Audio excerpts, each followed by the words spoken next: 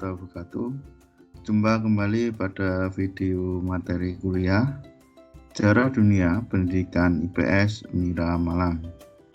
Pada video kali ini kita akan membahas mengenai Perang Dingin. Jika pada materi minggu lalu kita sudah membahas mengenai Perang Dunia Kedua, nah setelah terjadinya Perang Dunia Kedua ini, ternyata dunia tidak berhenti akan terjadinya peperangan. Ada banyak peperangan yang terjadi setelah terjadinya Perang Kedua. Salah satunya adalah Perang Dingin.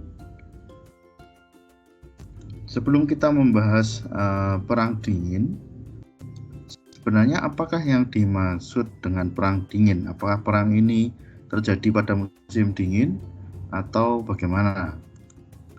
Nah, secara pengertian sebenarnya Perang Dingin ini dikemukakan oleh Bernard Baruch dan Walter Lippmann yang menyatakan bahwa sebenarnya Perang Dingin ini adalah periode konflik, ketegangan, kompetisi antara dua negara, yaitu Uni Soviet dan Amerika pada tahun 1947 sampai 1991. Pada hakikatnya dua negara ini tidak berperang secara fisik, jadi tidak tembak-tembakan, tidak mengerahkan tentara, tidak, tetapi kedua negara ini saling berkompetisi, terlibat persaingan yang menimbulkan banyak peperangan di negara-negara lain tanpa ada keterlibatan kedua negara ini. Jadi kedua negara ini berada di balik layarnya, maka disebut Perang Dingin. Jadi istilah dingin itu sendiri adalah adanya campur tangan kedua negara ini dalam memperebutkan persaingan. Jadi tidak peperangan yang tidak terlihat secara nampak, secara fisik, tetapi berada di luar layar atau di balik layar. Nah, gambaran singkat mengenai Perang Dingin ini, perang ini muncul karena adanya pertentangan antara dua negara, Amerika, di mana Amerika ini merupakan blok barat, melawan Uni Soviet yang merupakan blok timur. Amerika sendiri menganut paham liberal dan Uni Soviet ini menganut paham komunis. Mengapa muncul paham-paham ini? Kemudian mengapa paham ini menjadi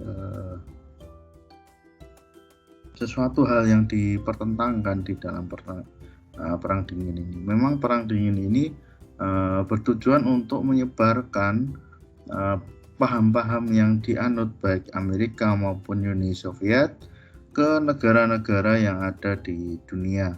Tentu saja hal ini bertujuan untuk mendapatkan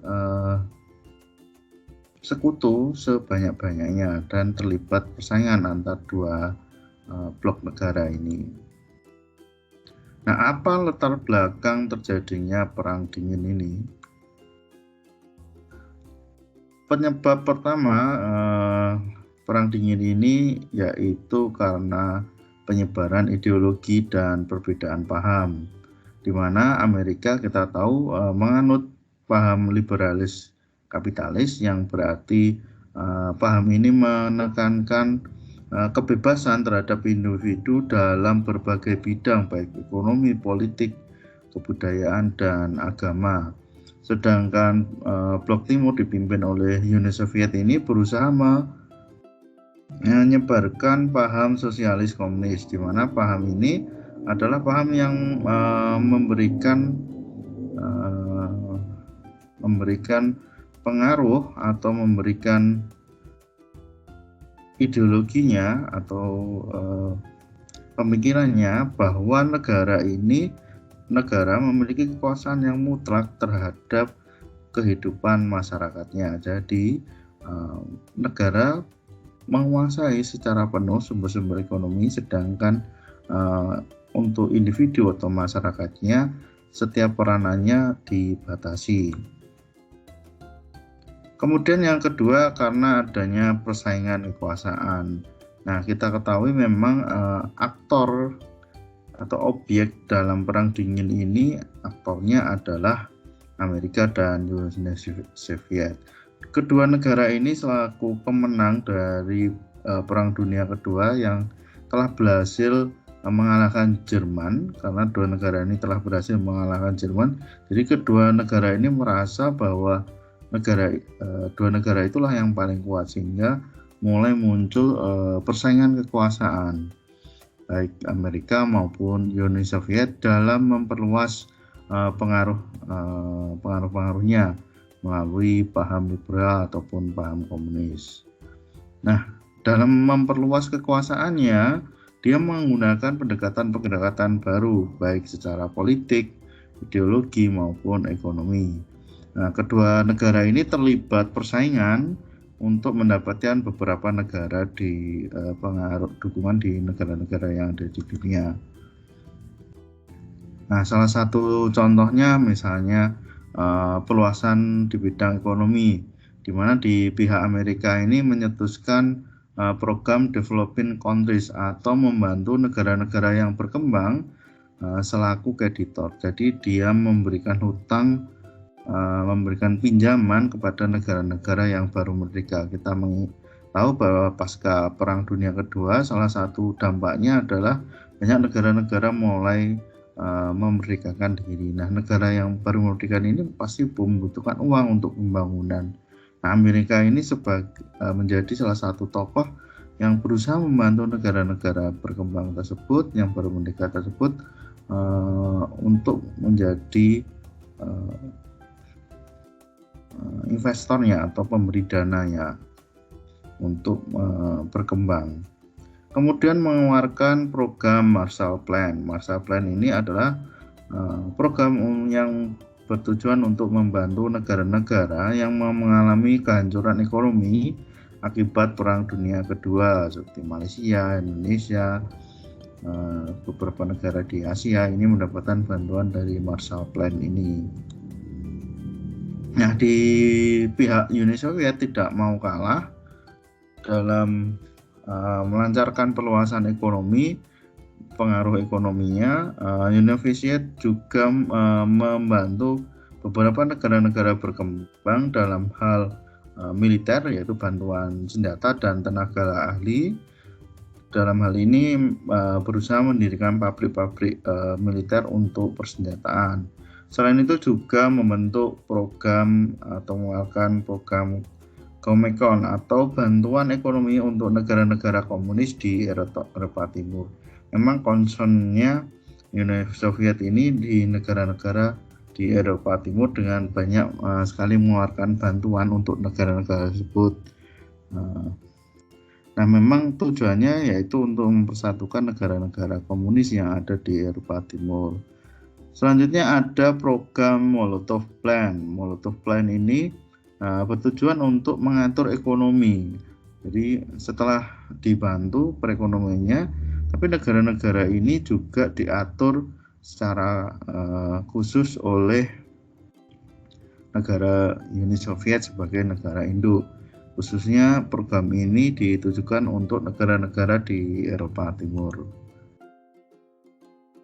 Kemudian ada perluasan ideologi, di mana perluasan ideologi ada beberapa program yang dikeluarkan Amerika pada waktu itu.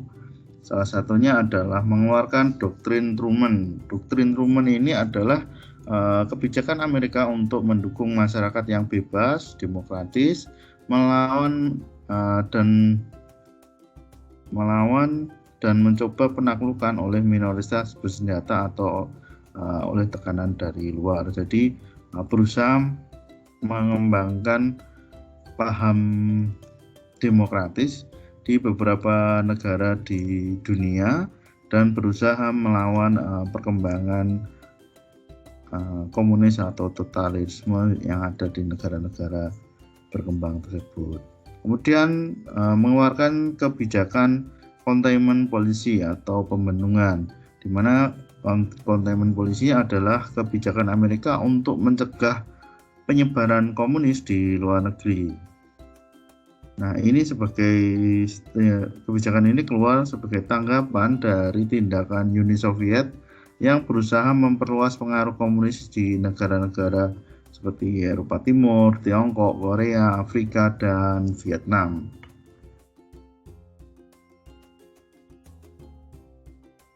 Nah, bagaimana di pihak Uni Soviet? Nah, Uni Soviet ini dalam bidang perluasan ideologi juga mengeluarkan beberapa kebijakan. Salah satunya adalah berusaha mempengaruhi negara-negara yang baru merdeka untuk dibantu Uni Soviet dan masuk dalam paham komunis. Ketika mereka masuk, kemudian mereka akan tergabung dalam pola negara Uni Soviet dengan metode terpimpin, di mana negara induk yaitu Uni Soviet mengontrol negara-negara satelit atau dikenal sebagai USSR atau Union of Soviet Socialist Republic. Jadi biasanya ada beberapa negara dulu yang ketika masuk dalam pola negara terpimpin Uni Soviet, mereka ada tambahan SSR karena tergabung dalam pemerintahan terpimpin Uni Soviet. Kemudian yang ketiga, negara-negara satelit tersebut meliputi beberapa negara di kawasan Eropa bagian timur. Ada beberapa: Estonia, Latvia, Lithuania, Belarusia, Moldavia, Ukraina, Georgia, Armenia, Azerbaijan, Turkmenistan, Uzbekistan, Kyrgyzstan, Kazakhstan, dan beberapa negara lainnya. Ini tergabung dengan USSR.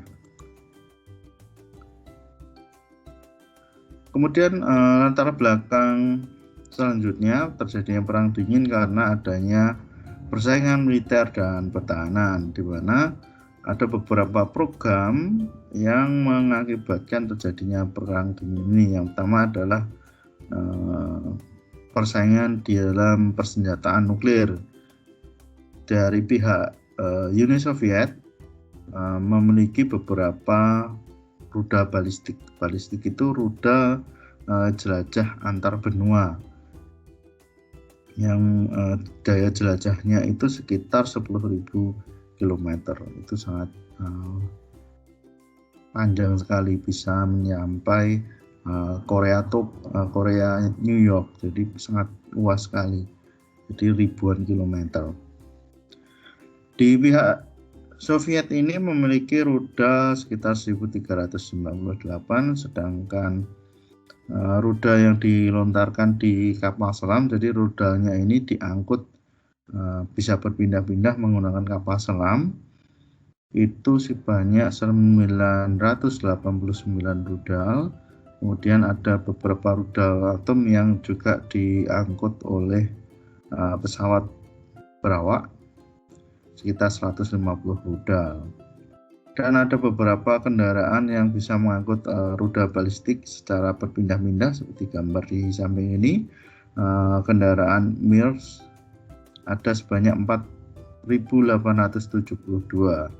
Kemudian memiliki kekuatan nuklir median dengan jumlah 850. Kemudian nuklir yang diangkut oleh pesawat pengebom itu sekitar 860. Ini di pihak Uni Soviet. Nah, bagaimana persenjataan nuklir di Amerika? Di Amerika memiliki balistik sekitar 1052, jadi lebih banyak yang punyanya Rusia. Untuk rudal yang diangkut kapal selam itu 584, juga masih banyak di Rusia. Kemudian pesawat pengebom itu ada 376. Kendaraan dari MIRV ada 6.778, kekuatan nuklir itu ada 108, dan kekuatan nuklir yang diangkut pesawat ada 218. Persaingan militer selanjutnya yaitu pembentukan Pakta Pertahanan, di mana kedua negara ini berusaha membentuk Pakta Pertahanan di masing-masing negara sekutunya. Di pihak Soviet ini mendirikan Pakta Warsawa, yaitu fakta pertahanan dan kerjasama militer antara negara-negara komunis untuk menandingi blok barat. Selain itu juga dibentuk Kominform, yaitu Communist Information Bureau pada tahun 1947, merupakan fakta pertahanan negara-negara komunis di Eropa yang berpusat di Yugoslavia. Nah, di pihak Amerika juga membentuk fakta pertahanan, yaitu NATO, North Atlantic Treaty Organisasi, yang beranggotakan Amerika, Inggris, Kanada, Denmark, Norwegia, Belanda, Portugal, Prancis, Spanyol, dan Italia. Yang kedua juga membentuk SEATO, yaitu fakta pertahanan yang bekerjasama dengan negara-negara yang ada di kawasan Asia bagian Tenggara. Tapi Indonesia tidak termasuk ikut ini. Yang masuk Singapura, Brunei, Malaysia, Thailand, Vietnam. Kemudian latar belakang yang keempat, adanya perbedaan pandangan tentang pembagian kekuasaan. Nah, setelah Perang Dunia Kedua selesai, ada beberapa wilayah bekas jajahan dari Jerman yang harus dibagi oleh sekutu. Jadi bekas jajahan Jerman ini dibagi rata oleh pihak sekutu. Nah, pembagian ini diatur dalam perjanjian Potsdam, yaitu perjanjian antara sekutu Perang Dunia Kedua, ada Inggris, Amerika, Uni Soviet, kemudian beberapa negara lain untuk pendudukan militer dan pembangunan kembali Jerman pada masa pendudukan sekutu di Jerman. Dan ada penerapan perbatasan juga, termasuk teritorial timur dan seluruh teritorial Eropa pada perang tersebut. Nah, ini muncul perbedaan pandangan antara Amerika Serikat dan Uni Soviet berkaitan dengan batas-batas negara yang menjadi bawahannya pasca Perang Dunia Kedua. Nah, di pihak Amerika ini menginginkan adanya sistem demokrasi untuk negara-negara bekas jajahan dari Jerman di Eropa. Namun di pihak Uni Soviet dipimpin oleh Joseph Stalin ini menginginkan sistem pemerintahan di negara perbatasan berlandaskan komunis untuk negara-negara di bawah kendali Uni Soviet. Nah, itulah beberapa latar belakang yang menyebabkan terjadinya Perang Dingin. Terima kasih telah memperhatikan video ini. Apabila ada kekurangan, saya mohon maaf. Assalamualaikum warahmatullahi wabarakatuh.